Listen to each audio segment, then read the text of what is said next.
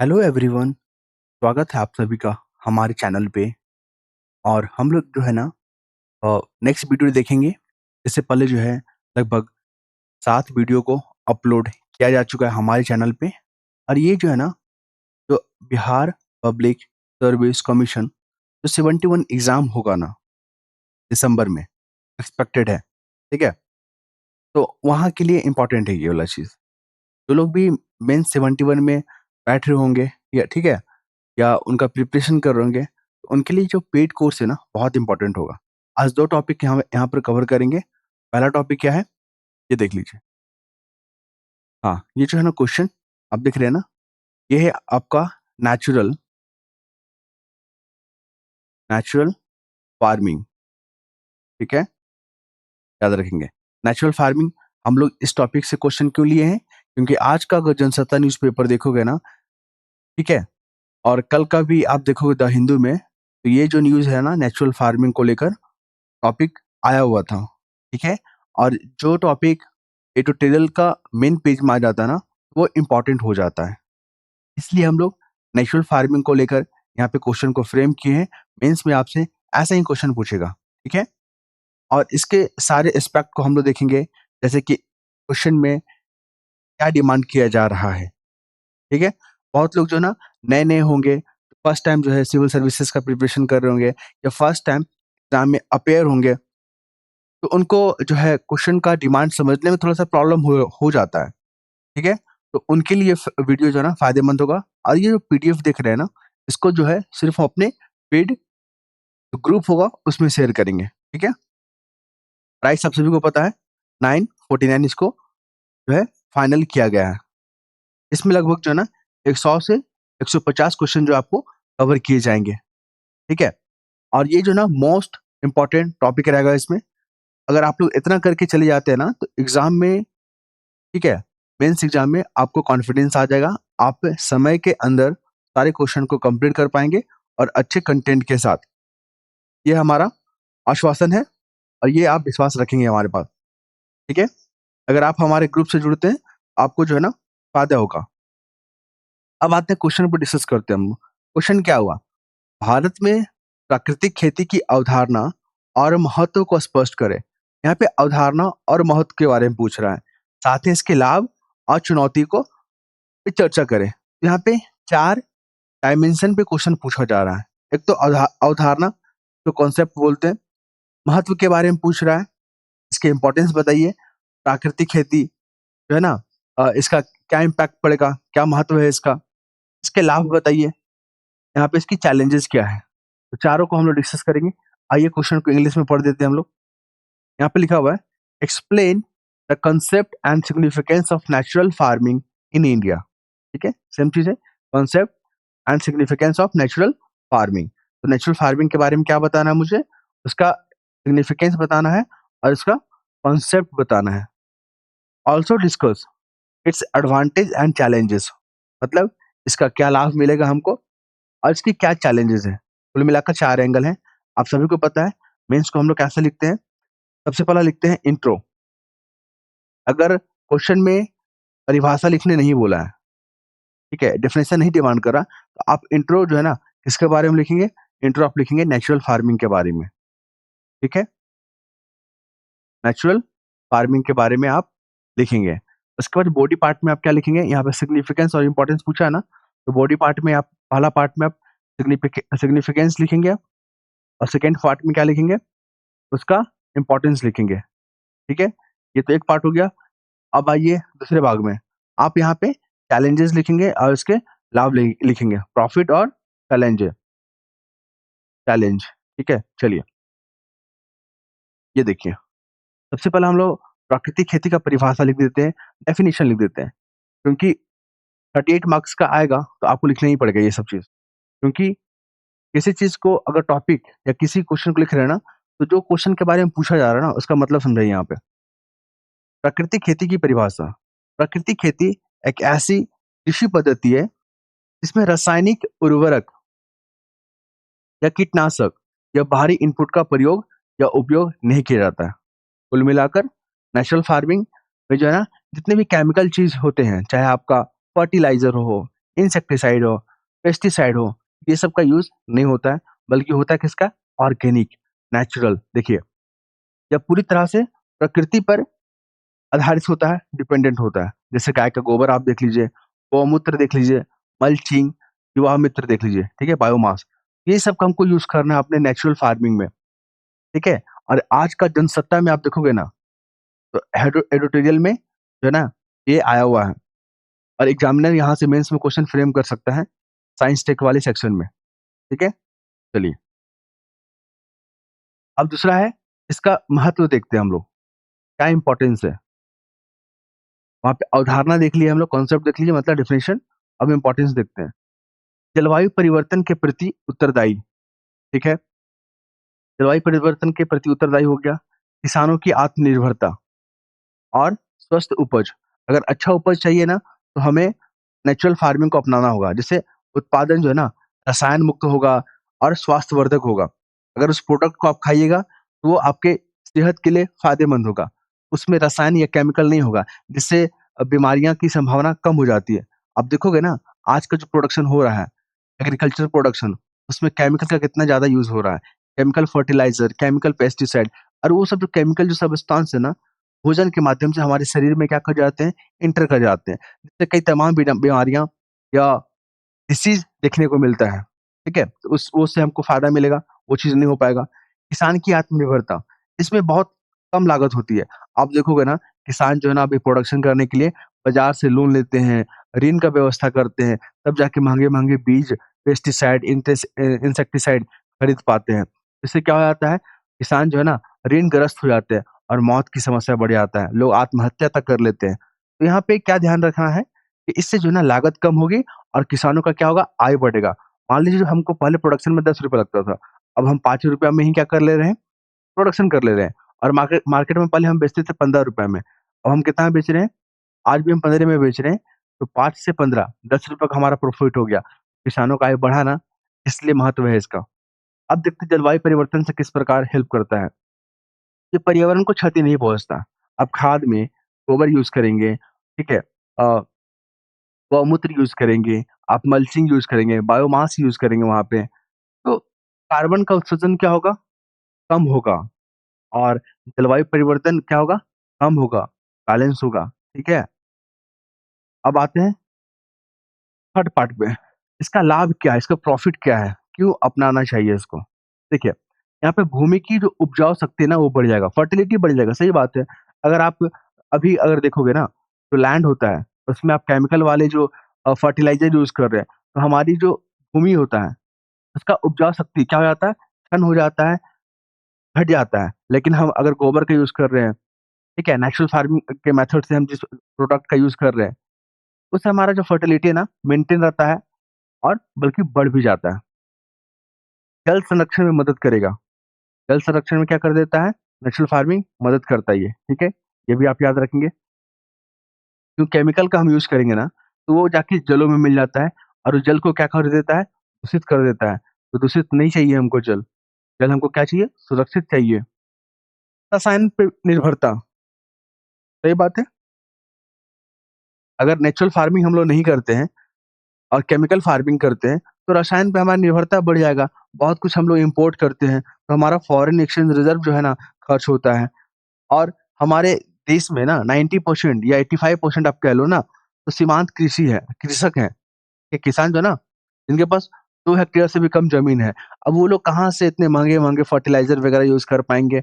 बहुत मुश्किल से तो खाने-पीने के लिए ही अ, उत्पादन कर पाते हैं। तो ये जो है ना, रासायनिक निर्भरता को समाप्त करेगा। साथ ही लंबे समय में टिकाऊ कृषि को क्या करेगा? मजबूत करेगा, टिकाऊ कृषि। फिर यहाँ पे जो है ना, कोई भी जो है ना, कृषि में इंटरेस्ट दिखाने लगेंगे, क्योंकि इससे नुकसान कम हो रहा है। हमारा जल बच रहा है, हमारी लागत कम हो रही है, ओके? हमारा एनवायरनमेंट सही है, तो लोग क्यों नहीं खेती को अपनाएँगे? सब अपनाएँगे। छोटे और सीमांत किसानों के लिए उपयुक्त है। अब देखिए जहाँ पे लागत कम हो जाता है ना, तो इस मेथड को सब जो है ना, अडॉप्ट कर लोगे। अभी आप देख लो ना, अगर जो है अगर हम लोग बात करेंगे जो छोटे और सीमांत किसान हैं, है ना? उनको उनके पास साधन बहुत कम होता है, लिमिट होता है और ऐसे में ये जो तकनीक है, जो मेथड है, कौन वाला? नेचुरल फार्मिंग वाला। तो ये इसमें लागत क्या हो जाता है? कम हो जाता है। सब कुछ जो है ना आपको आपके घर के आस-पास जो है ना नेचुरल तरीके से मिल जाएगा, तो आप इसका यूज़ कर लो। तो इससे लोन लोन का भी भार नहीं पड़ेगा। अब देख लेते हैं यहाँ पे चैलेंजेस, क्या है चुनौती इसको अपनाने में? तो यहाँ पे देख लीजिए, जो जो पहला ईयर्स होता है ना, जैसे मान लीजिए हम पहले केमिकल फार्मिंग करते थे और अचानक जो हम शिफ्ट कर गए नेचुरल फार्मिंग में, तो पहला साल पता है क्या होगा? उपज कम होगा, बिल्कुल कम होगा। आप केमिकल का यूज़ करते थे, तो आप 100 केजी उत्पादन कर पाते थे। इससे जो है आपका 75 केजी हो गया, 80 केजी हो गया, तो घटेगा। लेकिन आपका लैंड जो है फर्टिलिटी मेंटेन है, लागत आपका कम लग रहा है। बाज़ार में प्राकृतिक उत्पादों के लिए सुनिश्चित मूल्य की कमी। बाज़ार में प्राकृतिक उत्पाद के लिए सुनिश्चित मूल्य, मतलब जो नेचुरल फार्मिंग को लेकर जो दाम है, ठीक है? नेचुरल जो फार्मिंग को लेकर जो प्रोडक्ट होता है नेचुरल फार्मिंग का, उसके दाम को लेकर भी जो है ना थोड़ा-सा सुनिश्चित नहीं है। हो सके तो रेट कम भी मिल जाए। यहाँ पे एमएसपी हमको अपनाना पड़ेगा नेचुरल फार्मिंग के लिए। किसानों में क्या करना होगा? जागरूकता लाना होगा। लोग डर रहे हैं, अगर नेचुरल फार्मिंग अपनाते हैं तो मेरा प्रोडक्शन कम हो जाएगा। प्रोडक्शन कम हो जाएगा, मूल्य भी नहीं मिल पाएगा मार्केट में। तो हम हमें जो है ना दिक्कत होगा। तो वहाँ पे जागरूकता फैलाने की ज़रूरत है। नेचुरल फार्मिंग के जो है ना फ़ायदे बताने की ज़रूरत है। यहाँ पे प्रशिक्षण देने की ज़रूरत है। सरकारी नीति और समर्थन की सीमित पहुँच, ये भी बहुत बड़ा चैलेंजेज़ है। मतलब जो नीतियाँ सरकार बनाती है किसानों के लिए, किसान को पता ही नहीं, किसान तक पहुँच ही नहीं पाते हैं। तो ऐसे में क्या करना होगा? जो सरकारी जो नीति है, उसको जागरूकता के माध्यम से किसानों के तक, ठीक है, पहुँचाना होगा। अभी आपने देखा ना जो हमारी सरकार है, उसने लैब से लैब से लैंड तक का जो एक पहल शुरुआत किया गया है। ये जो किसानों को जो ज़रूरत होगा ना, उसका डायरेक्ट जो है ना साइंटिस्ट क्या करेंगे? मदद करेंगे। क्लियर है? इसी को बोलते हैं लैब से लैंड तक जो पहल है, शुरुआत की गई है किसानों के लिए। लास्ट में क्या लिखना होता है पता ही है सब आप ही को, कि लास्ट में कंक्लूजन लिखा जाता है पॉजिटिव डायरेक्शन में। जैसे कि प्राकृतिक खेती भारत की कृषि को क्या करेगा? टिकाऊ, समावेशी और पर्यावरण मित्र बना सकती है। सरकार को इसके लिए क्या करना होगा? प्रशिक्षण करना होगा। यहाँ पे बाजार मुहैया कराना होगा, समर्थन नीतियाँ विकसित करनी होगी तथा व्यापक रूप से अपनाई जा सके। तो यहाँ पे इसका फ़ायदा क्या है नेचुरल फार्मिंग का? कि हमारे एग्रीकल्चर टिकाऊ हो जाएगा, समावेशी हो जाएगा, इंक्लूसिव हो जाएगा, पर्यावरण मित्र, इको फ्रेंडली हो जाएगा। लेकिन सरकार को क्या करना होगा यहाँ पे? प्रशिक्षण प्रदान करना होगा, बाज़ार एक्सेस देना होगा, समर्थन नीतियाँ को बनाना होगा, ताकि जो है ना सभी किसान इसको व्यापक रूप से अपनाएँ। पहला क्वेश्चन देख लिए हम लोग, करंट अफेयर का है और ये जो नोट्स है ना आपको पेड ग्रुप में मिलेगा। इसके बाद ये क्वेश्चन देख लीजिए, आपका बीपीएससी 20 का मेंस में पूछा गया है, ठीक है? तो ये फ़ायदा है, आपको मेंस का भी टॉपिक करवा दिया जा रहा है, जो प्रीवियस ईयर में पूछे गए हैं, उसका प्रैक्टिस हो जाएगा। दूसरा क्या है, जो करंट के टॉपिक वो डिस्कस हो जाएगा और जो मोस्ट इम्पोर्टेंट है, उसको भी यहाँ पे कंसीडर किया जाएगा, ठीक है? जो लोग जुड़े नहीं हैं, जुड़ सकते हैं। भारत में वाई-फाई, ठीक है, ने अर्थव्यवस्था, आधारभूत संरचना और उच्च शिक्षा के विकास में कैसा योगदान दिया है? क्या दे सकता है? स्पष्ट कीजिए। यूपीएससी मेंस में यही पूछा था कि वाई-फाई से आप क्या समझते हैं? और यह जो है ना अर्थव्यवस्था, इंफ्रास्ट्रक्चर, उच्च शिक्षा में कैसे योगदान दे सकता है? चर्चा करना था। यही क्वेश्चन जो आपका यूपीएससी मेंस में पूछा गया। लोग एक्सपेक्ट नहीं किए थे, लेकिन एग्ज़ाम में आ गया। इंग्लिश में पढ़ देते हैं। Explain how wifi has contribute to the development of the economy, infrastructure and higher education in India. Simple सा क्वेश्चन है। आपको बता देना है वाई-फाई क्या है? इंट्रोडक्शन में यह परिभाषा दे दीजिए। साथ ही यहाँ पे 4 एंगल पे बात कर दीजिए कि अर्थव्यवस्था में, आधारभूत संरचना में इस प्रकार से योगदान है, उच्च शिक्षा में इस प्रकार से योगदान है और लास्ट में कंक्लूजन लिख दीजिएगा। तो आप लोग इस क्वेश्चन को कर लीजिएगा, मैं छोड़ दूँ? चलिए नहीं छोड़ते हैं, इसको कवर कर लेते हैं। तो देखिए ऐसा लिखना है इसको। सबसे पहले लिख दीजिएगा परिभाषा, यही हो गया आपका इंट्रोडक्शन कि वाई-फाई, ठीक है, वायरलेस फिडेलिटी। वाई-फाई का फुल फॉर्म क्या होता है? Wireless Fidelity. एक वायरलेस नेटवर्क है, मतलब एक वायरलेस नेटवर्क तकनीक है, जो रेडियो तरंग के माध्यम से इंटरनेट और नेटवर्क से डिवाइस को जोड़ती है। बहुत अच्छा चीज़ है। वाई-फाई क्या है? तो एक नेटवर्क है, वायरलेस नेटवर्क तकनीक है, जो कि रेडियो फ्रीक्वेंसी के माध्यम से इंटरनेट को या इंटरनेट से डिवाइस को जोड़ती है ना? वाई-फाई। तो इसके माध्यम से क्या होगा? मोबाइल हो गया, लैपटॉप, स्मार्ट टीवी जैसे उपकरण क्या होते हैं? इंटरनेट से जुड़ते हैं। वाई-फाई जो है ना, इंटरनेट से जोड़ने का एक नेटवर्क है, वायरलेस नेटवर्क है। बस इतना लिख दीजिए, इनफ है, डेफिनिशन हो गया।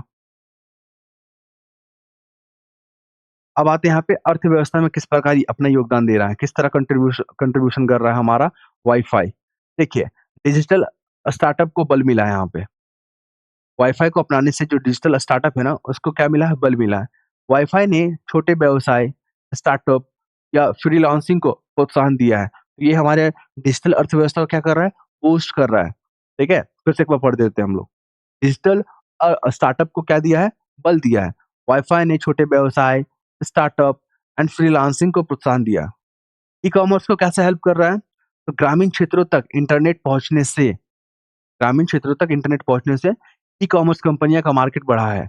पहले जो है ना, शहरी क्षेत्र तक यहाँ पे डिलीवरी कर पाता था। अब ग्रामीण क्षेत्रों तक जो है ना, यहाँ पे डिलीवरी कर पा रहा है। इससे क्या हो रहा है? ई-कॉमर्स का क्या हो रहा है यहाँ पे? विस्तार हो रहा है। जब ई-कॉमर्स का विस्तार हो रहा है, तो लोगों को क्या कर रहा है? रोज़गार दे रहा है, डिलीवरी बॉय के रूप में। दे रहा है ना? आप अपने घर के जो है गली में देखते होंगे लगभग 100 से 150 जो है ना, डिलीवरी बॉय जो होते हैं या गिग वर्कर होते हैं, वो गुज़रते रहते हैं। इससे क्या हो रहा है? रोज़गार जनरेट हो रहा है। इससे क्या है? यहीं पर रोज़गार के अवसर, डिजिटल स्किल आधारित नौकरियाँ और ऑनलाइन प्लेटफ़ॉर्म पर काम करने वाले की संभावनाएँ बढ़ गई हैं, ठीक है? अब डिजिटल मार्केट बढ़ रहा है हमारा, ठीक है? तो यहाँ पे हमको डिजिटल से जो स्किल से जुड़े हुए लोग हमको चाहिए, जो कि ऑनलाइन ऑनलाइन काम कर सकें, ऑनलाइन चीज़ों को समझ सकें, ऑनलाइन मार्केटिंग कर सकें, ऑनलाइन डेटा को मैनेज कर सकें, ठीक है? इससे रोज़गार के अवसर बढ़ गए हैं। लघु उद्योगों को ऑनलाइन पहुँच, जो स्मॉल इंडस्ट्री था, उसको ऑनलाइन पहुँच मिला, जैसे एमएसएमई सेक्टर, अब अपने उत्पाद को ऑनलाइन बेच रही है। पहले क्या कर रही थी? एमएसएमई ऑफलाइन बेच रही थी। एक मार्केट लगाई, उसके माध्यम से अपने प्रोडक्ट को क्या की वहाँ पे मार्केटिंग की, फिर प्रोडक्ट को बेच रही थी। अब क्या है? ऑनलाइन हो गया है, ऑनलाइन ऑर्डर आ रहे हैं, शहद बिक रहा है अपना, जो बहुत सारे क्राफ्ट वर्क होते हैं, वो सब बिक रहे हैं अपने, क्लियर? अर्थव्यवस्था में योगदान देख लिया आप लोग? आधारभूत संरचना, इंफ्रास्ट्रक्चर को कैसे योगदान दे रहा है? देखिए, स्मार्ट सिटी परियोजना हमारी सरकार की महत्वाकांक्षी परियोजना है। तो वाई-फाई ने स्मार्ट ट्रैफिक सिस्टम को, ई-गवर्नेंस को, स्मार्ट बिजली मीटरिंग को क्या किया है? संभव बनाया है, ठीक है? स्मार्ट ट्रैफिक सिस्टम, ई-गवर्नेंस को। फिर रेलवे और सार्वजनिक स्थानों पर नेटवर्क, आपने देखा है ना, जब प्लेटफ़ॉर्म पे खड़े रहते हैं तो फ्री का वाई-फाई हम लोग यूज़ करते रहते हैं वहाँ पे। तो रेलवे और सार्वजनिक स्थानों पर network, railway station, bus stop, panchayat भवनों में सार्वजनिक वाई-फाई से नागरिक सेवाएँ आसान हुई हैं। अगर आपके नेटवर्क नहीं पकड़ रहे हैं, प्लेटफ़ॉर्म में चले जाइए, वहाँ पे फ्री में जो है अ, इंटरनेट का एक्सेस मिल जाएगा आपको। तो वहाँ पे आप चाहे तो कुछ काम भी कर सकते हैं वहाँ पे। बहुत लोग तो देखते हैं कि लैपटॉप लेके सारे जो है वहाँ पे अपनी स्टडी ऑनलाइन स्टडी कर रहे होते हैं या ऑनलाइन काम भी कर रहे होते हैं। जैसे कि मूवी डाउनलोड करना, मूवी देखना, गेम खेलना, ये सभी जो है ना, सब अपने तरीके से इंटरनेट का यूज़ करते रहते हैं। डिजिटल ग्राम की अगर हम लोग बात करें, तो गाँव में भी अब ऑनलाइन बैंकिंग, टेलीमेडिसिन, ई-शिक्षा उपलब्ध है। अब देख रहे हैं ना, गाँव पूरे पूरे गाँव का गाँव ऑनलाइन एजुकेशन से जुड़ चुका है। अब सारे जो है ना, ऑनलाइन एजुकेशन ही क्या कर रहा है, मतलब ऑनलाइन एजुकेशन को खरीद रहे हैं लोग सस्ते में, 500, 1000, 2000, ठीक है? 300, 400, 500 में, और लोग अपने ज्ञान को, अपनी तैयारी को और एजुकेशन जो हायर एजुकेशन है, उससे जुड़ पा रहे हैं। तो कितने अच्छे-अच्छे यहाँ पे वाई-फाई से हमको लाभ मिल रहा है। अब देख लीजिए यहाँ पे हायर एजुकेशन में कैसे योगदान दे रहा है। कौन? वाई-फाई। तो ऑनलाइन शिक्षा का विस्तार हो रहा है, सही बात है। यूनिवर्सिटी, कॉलेज अब online lecture, webinar, virtual lab चला रहे हैं। तो वाई-फाई से ही तो हमको जुड़ने का मौका मिला है।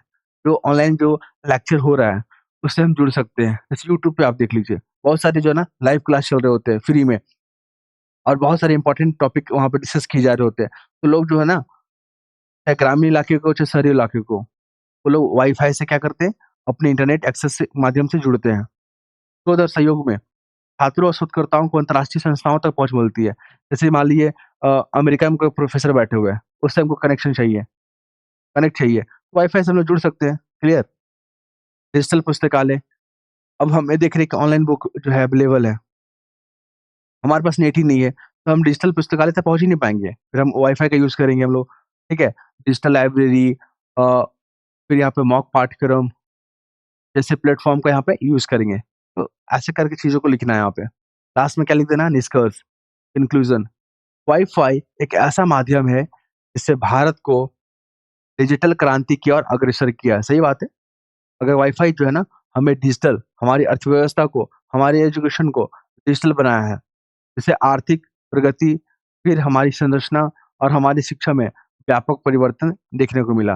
ये क्वेश्चन आपका बीपीएससी 70 में पूछ लिया और मैंने इसको आपको सरल भाषा में टू द पॉइंट चीज़ों को समझा दिया। अगर एग्ज़ाम अगर आपको नज़दीक है ना, तो आपको कौन-कौन से वर्ड को ध्यान में रखना है, पूरे अगर आप 5 से 6 कीवर्ड भी आपको याद है ना, तो पूरा का पूरा आंसर आप फ्रेम कर सकते हैं। ये टेक्निक सिखा देंगे आपको, ठीक है? क्योंकि एग्ज़ाम के समय बहुत कुछ आपको याद रखने होते हैं, बहुत कुछ दिमाग में रखने होते हैं, पॉसिबल नहीं है और एग्ज़ाम का अलग ही प्रेशर रहता है। आप एग्ज़ाम में बैठोगे ना, तो आपको आया हुआ चीज़ कम समय में कैसे लिखना है, बहुत मुश्किल हो जाएगा। लोग तो क्वेश्चन छोड़ देते हैं, क्वेश्चन क्या डिमांड कर रहा है, वो तक छोड़ देते हैं, क्लियर? आपको ये सब टेक्निक सिखा दिया जाएगा, अगर आप इस ग्रुप से जुड़ते हैं। तो आपको हमारा कैसा लग रहा है ये पीडीएफ? और अगर आप चाहते हैं कि डेमो आपको पीडीएफ मिला जाए, तो आप यहाँ पे हमें जो है मैसेज कर सकते हैं या फ़ोन कर सकते हैं, ठीक है? इस वीडियो पे और अपना फीडबैक दे सकते हैं। प्राइस कितना रखा हुआ है? 499 ओनली। तो नेक्स्ट वीडियो में मिलते हैं हम लोग। धन्यवाद।